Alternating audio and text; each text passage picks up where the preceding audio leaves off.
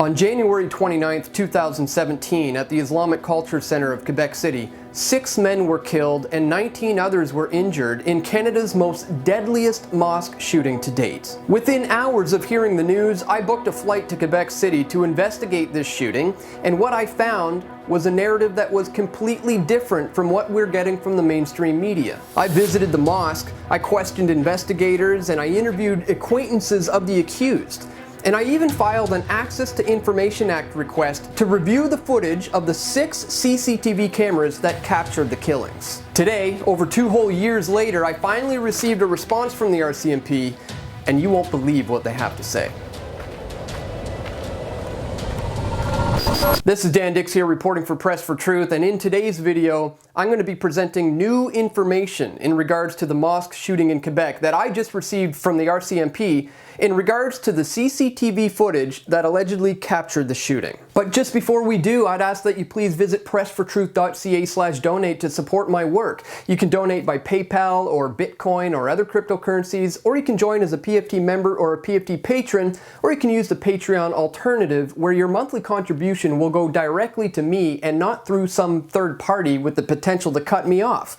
And of course, the best way to support my work is to simply click the thumbs up button right now and share this video when you're done watching it. Alright, so before we take a look at where we're at today, let's take a step back and take a look at where all this began. As I'm sure viewers of Press for Truth will recall, I traveled to Quebec City in the wake of the mosque shooting to conduct my own investigation because I knew just how heavily the mainstream media and our Canadian politicians were going to use this event for political gain. I went to the mosque and I questioned people who knew INSET directly, but they didn't want to be on film. I interviewed locals to get a feel for the true vibe on the grounds, and after hearing what they all told me, I decided I needed to see things for myself, and so I filed an Access to Information Act request to view the CCTV footage that captured the deadly shooting. Today, over 2 years later, I finally received a response, and here is what it has to say. It says, Mr. Dix, this is a response to your request under the Access to Information Act request, which was received to this office on April 25th, 2017, to obtain, and then it has a paragraph here with everything that I wrote to the RCMP in my request for the footage. It says here, the Islamic Culture Centre in Quebec City is equipped with CCTV cameras. 6 of these cameras recorded a shooting that occurred on January 29, 2017 between 7:30 and 8:30 p.m. I am requesting the footage from these cameras. 4 CCTV cameras that are inside the building and 2 CCTV cameras that are located outside the building. I am requesting the footage recorded on January 29, 2017 between 7:30 and 8:30 p.m. And here's what they responded with. Unfortunately, we were unable to locate records which respond to your request. Let me just read that to you one more time. Unfortunately, we were unable to locate records which respond to your request. You're unable to find the records? This is the most important case in Canadian history, and it has already set a precedent in the minds of the Canadian people to think that Islamophobia is an issue in Canada. Conservatives and Christians and Trump supporters and flat-out white people are being targeted as a result of this rhetoric that stems directly from this event, which the RCMP says they're unable to locate the records for. And notice how it doesn't say that the footage doesn't exist, or that due to the privacy rights of the individuals on film, I would need to obtain permission from them as well, or just that they're flat out not going to give me the footage. No, they are claiming that they are unable to locate these recordings.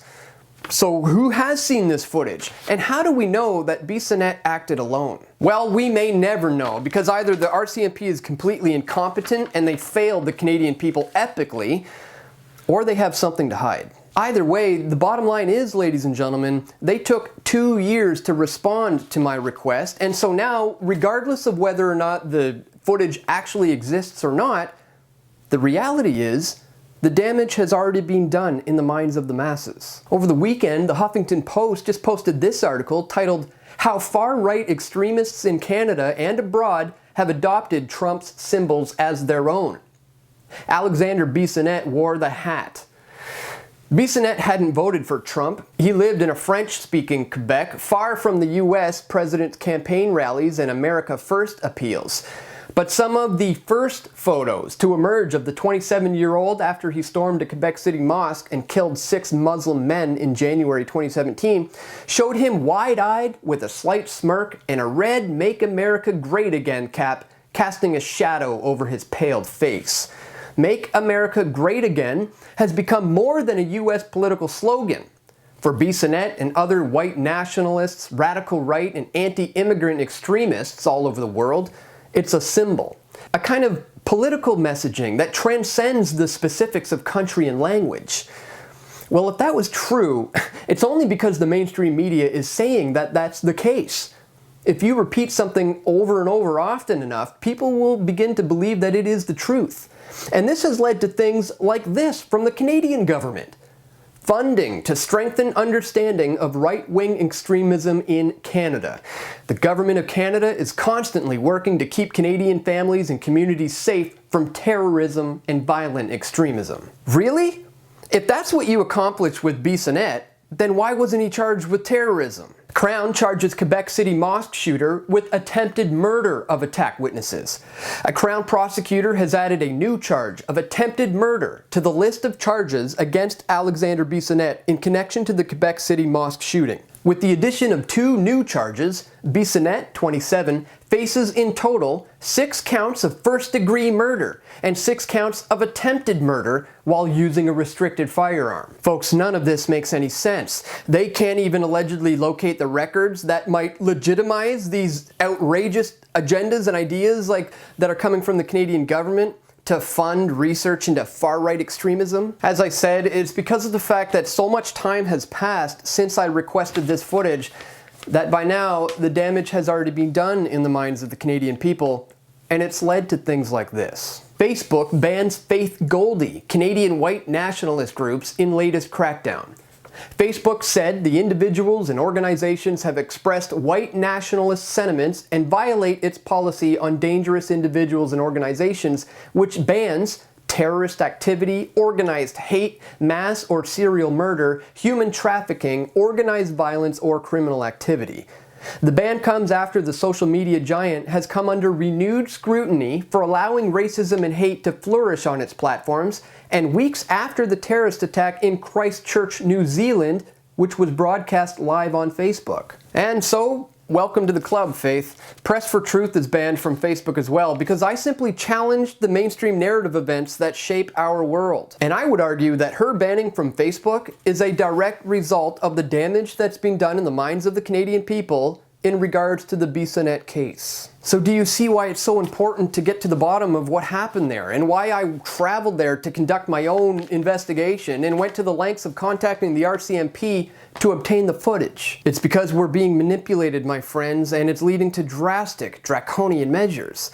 And if we don't resist these incremental moves towards tyranny today, then this is going to become the new norm for Canada. And I don't want that, and I don't think you do either. So we need to raise massive awareness and try to undo the damage that's already been done in the minds of the Canadian people in regards to this case. Please share this video. We need to tell everyone that the RCMP is either completely incompetent or they're lying, and they need to be held accountable. So please click the thumbs up button right now. It really does help in ensuring that this information gets seen.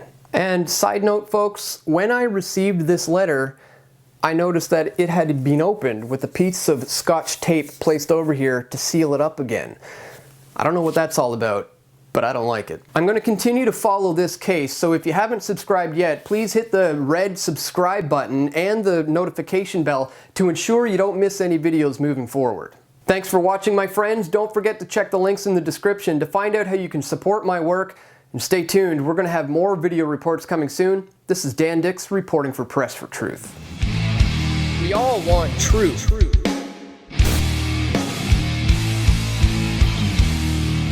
The truth will set you free.